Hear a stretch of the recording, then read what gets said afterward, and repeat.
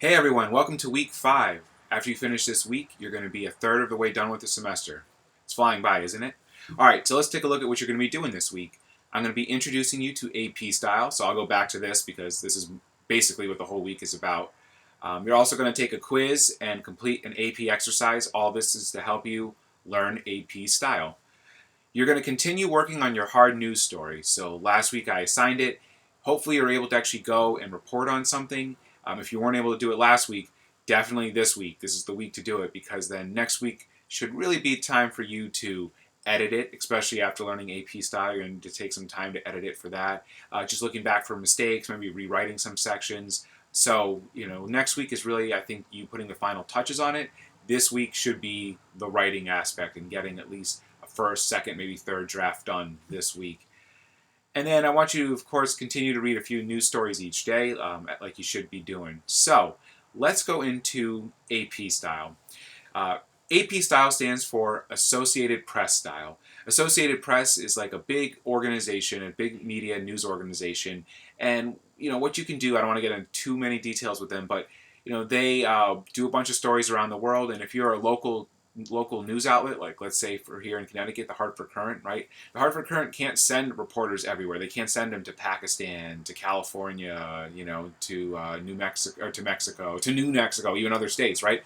They just can't send reporters everywhere. But there's a lot of national or international stories that are important to have for Hartford Courant readers. So they'll subscribe to the AP, to the Associated Press, and they'll get to use some stories from the Associated Press's reporters that they go out and cover. They also get to use, if you subscribe to the AP, you get to use like their pictures and stuff like that. And of course, the Associated Press is its own news organization, in its own right.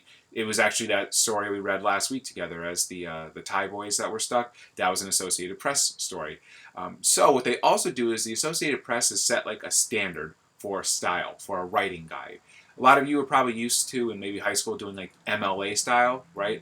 Or some of you, and this is not to get confused with AP style, but some of you might know APA style, right? So they're just different ways of how you capitalize certain kinds of letters, how you use punctuation. Well, we're about to go into all of it, but it's just like a certain standard so that everybody knows how to when you're supposed to capitalize a certain kind of word, when everybody knows how to do quotes, how to put the quotation marks in the right way. And what this allows for is if you are a journalist working for the Hartford Courant, right, and then you go and you start working in, I don't know, well, the New York Times has their own style, but let's say you then go to the Wall Street Journal, so you're working in the Hartford Courant, then you go to the Wall Street Journal, you don't have to learn a whole new way of style. Oh, the Wall Street Journal is going to use the AP style, right? Then you go and you work at some local paper in Minnesota, they're most likely going to be using AP style. So once you know AP style, you're able to go around to different news organizations, different media outlets, and you already know the style of writing that they expect from you. And that also goes for, and we're not going to get too much into that in this class, but if you work in public relations. So if you work in public relations, you're usually like with a company, right, or a business, or even for yourself, and you want to send press releases, you want to send stories basically to media outlets, hopefully that they'll pick up on it. If you write it in AP style, the media outlet's more likely to use it or to use parts of it because they don't have to re-edit all of it. So it's kind of like the standard language. Think of it as almost like a language that if you're working in the media and news organization, news world, that we all know, right? And then this way we can go from place to place and use AP style. So that's why we're going to be learning AP style because it is the language. Now, when I say learning AP style, I actually don't have my book with me right now, but I mean it's a book like this thick, right? There is a style for pretty much everything. It's like a dictionary, right? It's like a dictionary. It's like a reference for almost every word, every type of question that you might have for how do you structure something in AP style. We're obviously not going to learn anywhere close to all that, and in fact, you're probably not going to memorize it. I still use my AP book all the time. I have to reference it. So it's not necessarily something that you're going to just memorize. But what we are going to do this week is I'm going to show you some of the bare minimum basics. The ones that I see that are used often in stories, and the ones that are going to probably be used in your stories that you're going to be writing for class. That's what I'm going to really be going over. The bare minimum that I think you need to know to be ordered to write your stories. So of course some of your stories are going to have other AP, more advanced AP mistakes, I'm not going to be grading or looking for those and correcting those. But the ones that I give you today and the ones that I expect you to know are ones that you are going to have to know, that I do want to see you use and learn, because at least if you get those, you have some of the fundamentals, so some of the basics. And then if you become more advanced and you take an advanced journalism class, or you continue on to make it a career, of course then you'll have to get the AP book, and you'll keep learning, and get better and better, and learn the more advanced style. But at least when you leave this class, my hope is that you have the very bare basics so that you could at least get started and know the fundamentals, the foundation of AP style. So, with all that said, I have made a helpful link, and these are the ones, again, that when I say I'm going to be looking for grading for AP style in your stories, these are the ones that you need to have. I'm going to open it up right here now. It's AP style guide that I have in the week, in the content week. Let me let it load up. Okay. So I made this little cheat sheet, basically, and these are the ones that you need to know, and I'm about to review them quickly, but this is what you're going to be using when you're editing your AP style. This, and also right here I have AP style guide. It's a link, Purdue Online Writing Lab. If you open up this link, so this gives you a really good resource for AP style. And actually, now that I'm clicking here, I will adjust this link to bring you right to the AP style, because I guess they redid this link, and I haven't opened it since. All right, when I open this next time, you're going to see, but there's going to be, when you open it, you'll see there's an actual link to AP style here, and it'll give you some of like the very basics for AP style. This is kind of more, again, it's not going to cover that whole book, but the link that I will submit here will kind of go a little bit more in depth for you. This, though, is what you need to know for the assignment, for your quiz that you're taking this week, for the exercise that you're going to be doing, and again, like I said, for all your future writing assignments. These are the ones that you need to know. So let me give you an example. And I'm not going to read through every single one of these, because that's the whole point. You guys are going to be doing this week, and I think the best way to learn this is just by doing it. But just so you get an idea. So AP style has a way of citing names when you cite somebody's name. So you can see here, if you look at names, full name on first reference, only last name with no titles after that. So let's use me, for example. Let's say you were writing about me. You would say, Adam Chiara, a professor at UHart, taught a class on AP style. Chiara knew his students would dislike him for it. So look what I did here. The first time I referenced me, I used my full name, Adam Chiara, right? The second time I reference me, I only use my last name. And I don't use, notice I also don't put Professor Chiara knew his students, I just say Chiara. So let's say I now write another paragraph, or a few paragraphs later, I mention me again, it's just Chiara. From here on out, you never say Adam Chiara, you never say my first name, it's just Chiara, Chiara, Chiara. That goes for anything, even if you're talking about the president. You say, President Donald Trump has signed a bill to do X, Y, and Z. The next reference is Trump, blah, blah, blah, blah, blah. Not President Trump over and over again, not Donald Trump, not Donald, it's just last name, right? So that's the style that you're doing this in. That's AP style, to give you an example. It's a certain way that you're going to reference people with their names. Let's take another one that gets a little tricky for some students. Titles. Capitalize a title if it's before the name. If it's used after, it's lowercase. So let's watch that in practice. Professor Adam Chiara is considering running for president. I'm not, but let's just use this as an example. So before my name, even though I know that was the start of a sentence, it's capital P. Chiara has only been a professor. Look, now, professor on this reference is not a capital P, because it's not before my name. He has never been a governor or the president. Notice how governor or president isn't capitalized, right? Because there's no name right after it. Now let's mix this up a little bit. Let's say I say Chiara has been a professor, and he was also governor. Oh, I'm sorry. Let me back up. Let's say Chiara has a professor, but now he is also Governor Chiara, right? If I had my name, Governor Chiara, here, then you would have that as a capital G.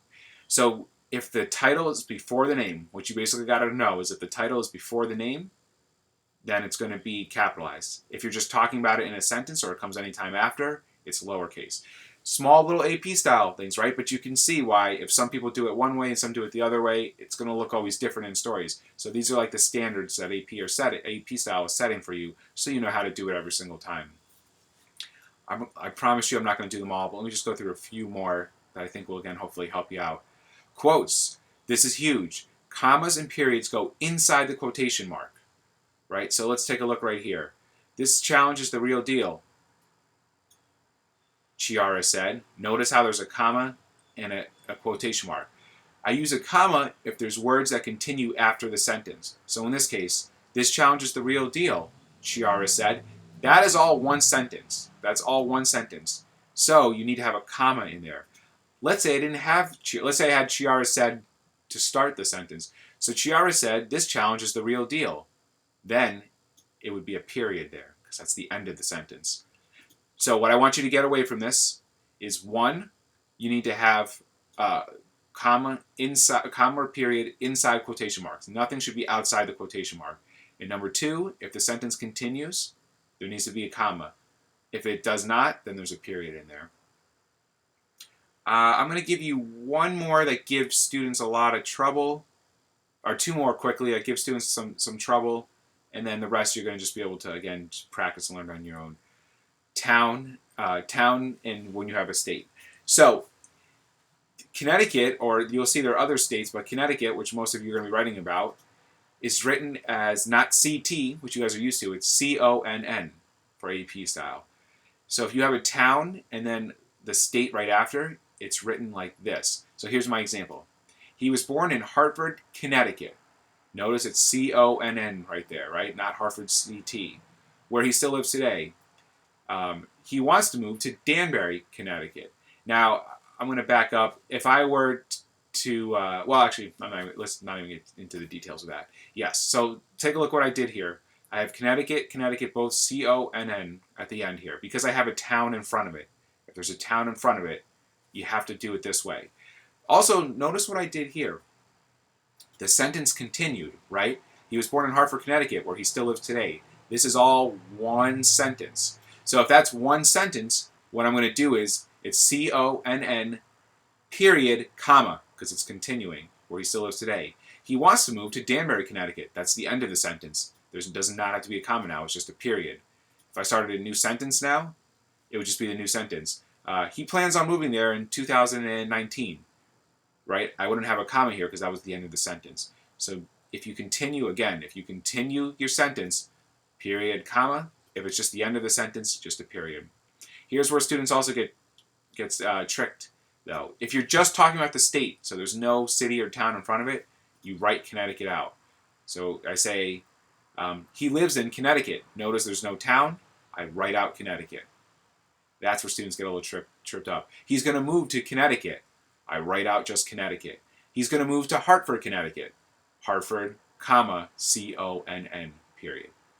All right, that gets a little tricky, but you'll be practicing this.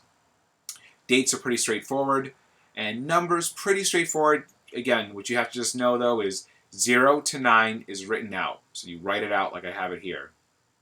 If it's 10 or higher, it becomes a number. And then also, though, when it comes to time, you don't do it that way, but I give you the example of time and money. So that's where it gets a little tricky. But if you're not talking about time, or you're not talking about money, and just any other kind of number, age usually, you're going to be looking at this. All right, there's some other ones here for you too to follow along, but those are the fundamentals that you're going to need to know. And you're going to especially need to know that to do our homework, your 2 homework assignments. So one is we have an AP style quiz. So there is, and this is a little different than your other ones. So it's not in the book, right? It's going to be based pretty much off of what I just said, that link that I have, your AP style guide. That's what this quiz is about. And something that's a little different with this quiz is I'm not giving you a time limit. So the other ones have been 20 minutes. I give you a time limit. There's no time limit for this one. You're able to do it as long as you want, because I want you to go back and forth and use the guide and get it right. The whole point is I know you're not going to memorize AP style by just looking at it one time. You got to just keep practicing it and doing it and using it as a reference. And like I said, I still use my AP book as a reference all the time. So you're going to use that guide as a reference. I want you to keep going back to it. So that's why I'm not giving you a time limit, because I want you to take as long as you want to make sure that you get this quiz right. You do have to do it in one sitting, though, so it's going to be a forced completion. You sit down, you have one chance to do it, but if you need to take 3 hours to do it, you take 3 hours to do it. If you're able to do it in 10 minutes, you do it in 10 minutes. But you want you to use that as a reference. I should also say you might want to bookmark this page or keep it somewhere, that you're going to be able to find it, copy and paste it to Word. I don't care how you do it, but have it somewhere because you're going to be using this, all throughout the semester. So that's a very helpful, link just to keep handy. Let me go back here. Then your other assignment for the week is fix the AP mistakes. So you see here I have a document for you, and when you open it up, you'll see that I have some sentences here. I have 10 sentences here. Some of these, most of these have an AP mistake. Here's my helpful hint though, some of them don't. So you might find a sentence or two or three, I'm not going to give it away here, but there is definitely at least one sentence in here where there are no AP mistakes. So if there are no AP mistakes, you just indicate no AP mistakes. But for the other ones, underneath it, I want you to write out your sentence, and fix it. So you'll write out your sentence, though just don't have a number. Write out the sentence and fix whatever AP mistakes. This is not the AP mistake, so this is why I'll do it. Whatever you fix, though, so if this was the AP mistake that you were going to fix it, and then bold it for me, like I say in the instructions, so I know where the AP mistakes are. Some have several AP mistakes, some only have one, some have none. So go through, fix your AP mistakes for me, and then you're going to save that file and resubmit it here on Blackboard. So you'll submit it, and that's how I'm going to be able to grade it. I'll grade just your actual document. So if you notice, then you actually don't have any readings for this week. This week it's going to be more practicing AP style. So you'll have the guide, of course, look over it at first, so you get maybe you get a little familiar with it. But then really to learn AP style, I don't think it's something you can just read and learn about. You got to do it. So the quiz is going to help you by practicing it at first and making sure that you're able to use your reference and figure out things to be aware of when you're writing your story, what kinds of things you should be looking for AP style. And then fixing the AP mistakes, obviously, is again, practicing it and looking for errors and correcting it. So I want you guys, again, take time on these two, because this is not just meant to get a grade on it. These two assignments I really did for you to learn AP style. It's supposed to be you practicing it, learning it. That's what these are about. It's not just to quickly get through and get a grade. I want you to take time on this. So that's why I don't have reading, because it is going to take you some time. Another part of this too is, remember, you're going to be editing AP style for your homework assignment, like we talked about, for your story that you're going out. That's going to take you some time too. So once you feel comfortable after doing these two, start to edit your story if you've already written it, or if not, next week, start to edit for AP style, and just know that that's going to take you some time. It's not something simple that you're easily going to be able to get through. You're going to have to really be alert and look for names and titles and numbers and make sure that everything is styled that way. So it will take you some time, but it's not necessarily sitting here book reading time for this week. And like I said, you should be, hopefully you've already reported on your story. If not, I would really recommend that you get it done this week. Most of you have messaged me about a hard news story that you're going to be doing. If you're one of the few that have not, please message me sooner rather than later, because I would like to give you the go-ahead and say, yep, that's a good story for you to co-cover. That definitely counts as hard news. Go out there and do it. Or maybe give you some tips on how you could cover it. If you don't message me, though, and you turn in something that's not a hard news story, it's not a good ending for you, because if it's not a hard news story, it's hard for me to grade it based on the hard news story criteria. So you're just not going to get a good grade, and I don't want that to happen to anybody. So please get to me early, let me know what you want to cover, and then at least this way peace of mind, yep, what I'm covering is what I'm about to do has been cleared as a good hard news story. And as always, any questions, please message me. Again, I know I've mentioned this before, but you can take a look at my grades, kind of just keep a track of where you are. This first hard news story is the one that's worth a lot of points, right? This is where, I don't want to say I grade strict, but the grading gets a little bit more, it's a little harder. That's what it is. I do definitely go harder than on the writing scenarios and all those writing exercises, because those are meant for practice. The quizzes are pretty generally easy. That's meant for practice. That's meant for you just to learn from, so you can, all this is building up for your news story. So where I'm going with this is, take time on this story. I cannot stress that enough. Take time on this. Write 2, 3, 4 drafts. I'm being dead serious with that. Rewrite, keep editing, go back. I mean, you should be spending hours looking at this. That's definitely will get you an A. If not, you probably still get away with a B or a C. You know, I'm not going to, it's not usually not just an automatic F here. But for the students that really want A's on this, it's going to be a few hours in the making to get this all done. Everything else usually falls under B and C because you end up just making mistakes or things could have been rewritten better. So that's just that's my PSA for you guys, you know, just to spend time on this. Please message me if you have any questions, but you guys are doing a great job. After this, like I said, we're a third of the way done, and hopefully you can see now everything building together and starting to come together, and it's only going to make more sense and just get, I don't want to say get easier, but you're going to get more comfortable, you know, from this point on, because now we're really putting everything together and it's you hands-on.